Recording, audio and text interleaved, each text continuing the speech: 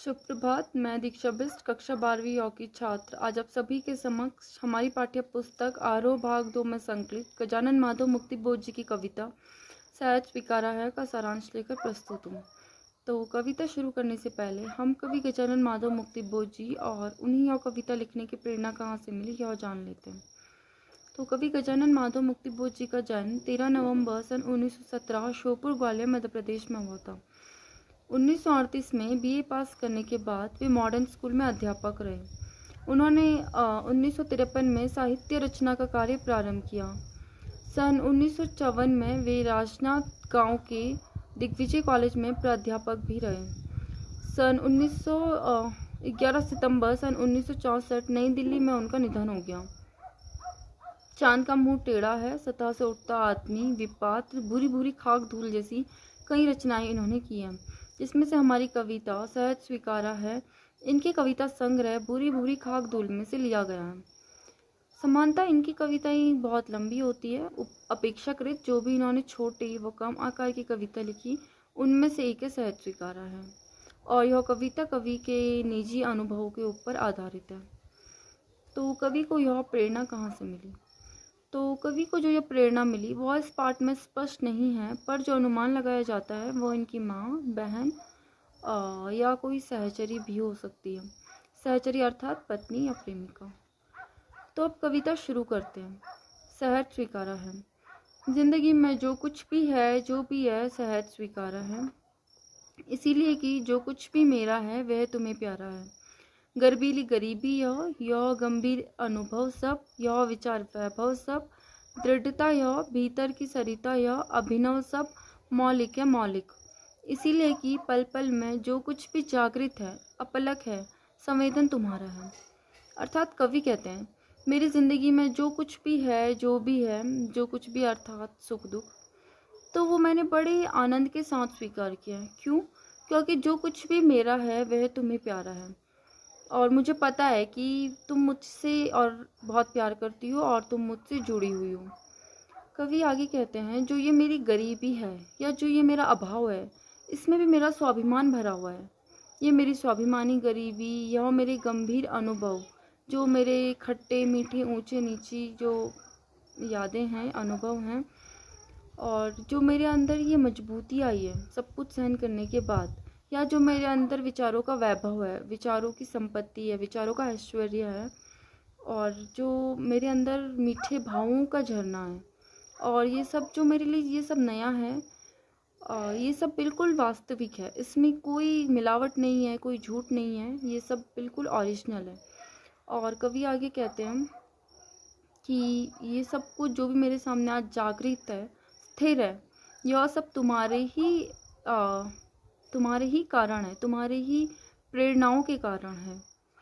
और अगर इस पद्य की भाषा सौंदर्य की बात करें तो यह कविता मुक्तक छंद में लिखी गई है। इसमें अलंकारों का प्रयोग हुआ है, जैसे विचार वैभव, गर्बीली गरीबी में अनुप्रास अलंकार है, और भीतर की सरिता में रूपक अलंकार है। और अगर कविता है ये मानक हिंदी या खड़ी बोली में लिखी गई है, और कविता में संवेदन, अपलक, जागृत, ये सारे तत्सम शब्दों का प्रयोग किया गया है।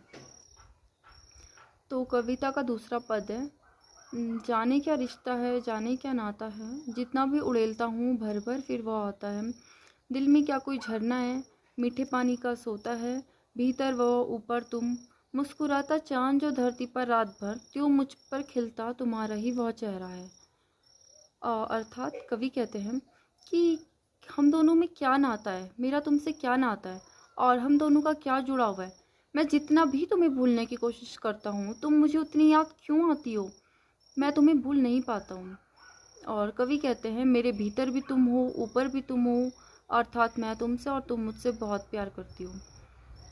इसका उदाहरण कवि देते हुए ये कहते हैं जैसे कि जब रात हो जाती है तो जो धरती होती है वो चांद की चांदनी से प्रकाशमान होती है, और वैसे ही कवि कह रहे हैं जैसे कि रात को चांद की चांदनी से धरती प्रकाशमान होती है, वैसे ही मेरे ऊपर तुम्हारा मुस्कुराता वह चेहरा है, तुम मेरे साथ हो। और कवि ये कहते हैं कि तुम हमेशा मेरे साथ हो, तुम चाहे शारीरिक रूप में हो या ना हो। अगर हम इस पद्य की भाषा सौंदर्य की बात करें तो यह मुक्तक छंद में लिखा गया है।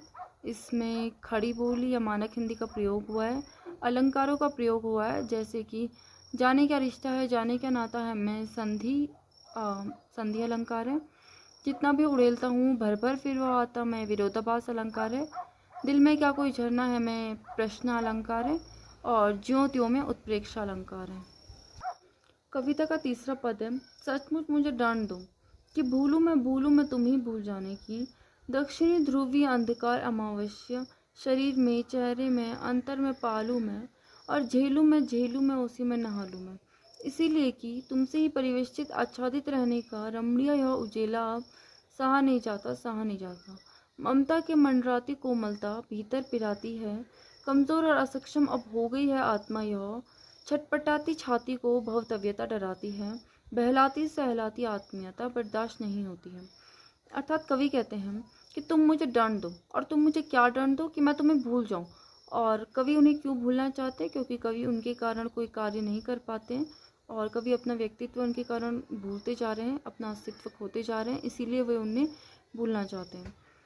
तो कवि कहते हैं कि मैं तुम्हें भूल जाऊं, और मैं तुम्हें कैसे भूल जाऊं? जैसे जो दक्षिणी ध्रुवीय अंधकार में, दक्षिणी ध्रुव में जो अंधेरा होता है, उस अंधेरे में भी अमावस्या की तरह मैं तुम्हें भूल जाऊं। अर्थात उस अमावस्या के अंधेरे को मैं अपने शरीर में, अपने चेहरे में, अपने दिल में रख लूं, और उसी में मैं रहूं, उसी में मैं जीऊं।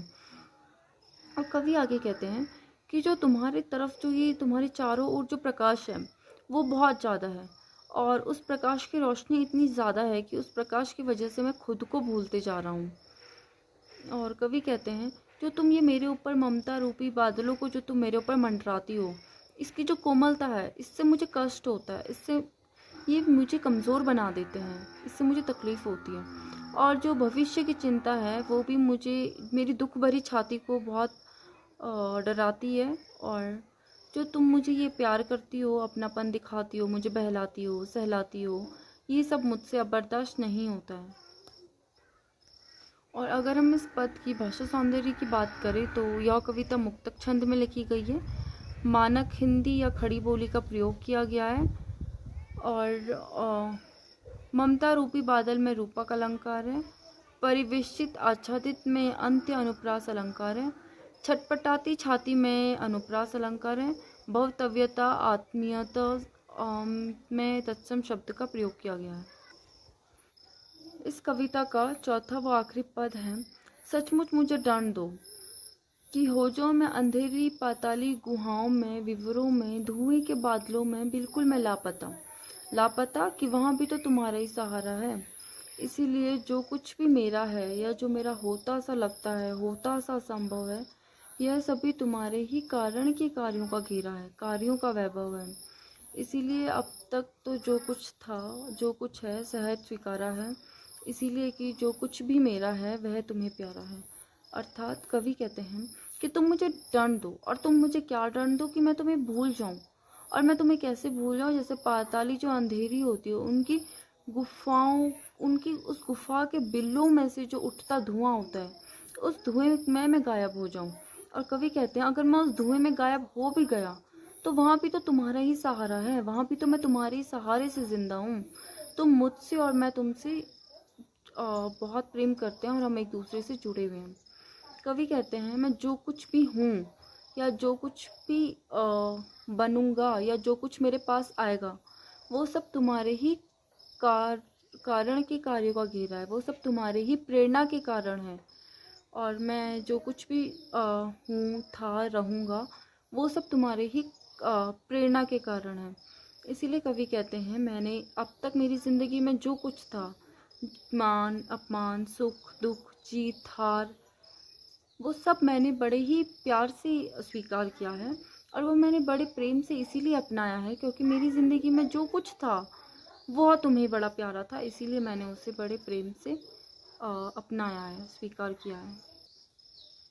अगर हम इस पद्य की भाषा सौंदर्य की बात करें तो यह कविता मुक्तक छंद में लिखी गई है, और इसमें मानक हिंदी या खड़ी बोली का प्रयोग हुआ है।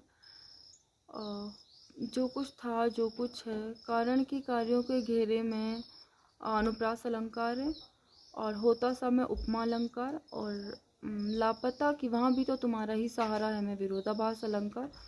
और इस पद्य में प्रेम की गहराई को दर्शाया गया है।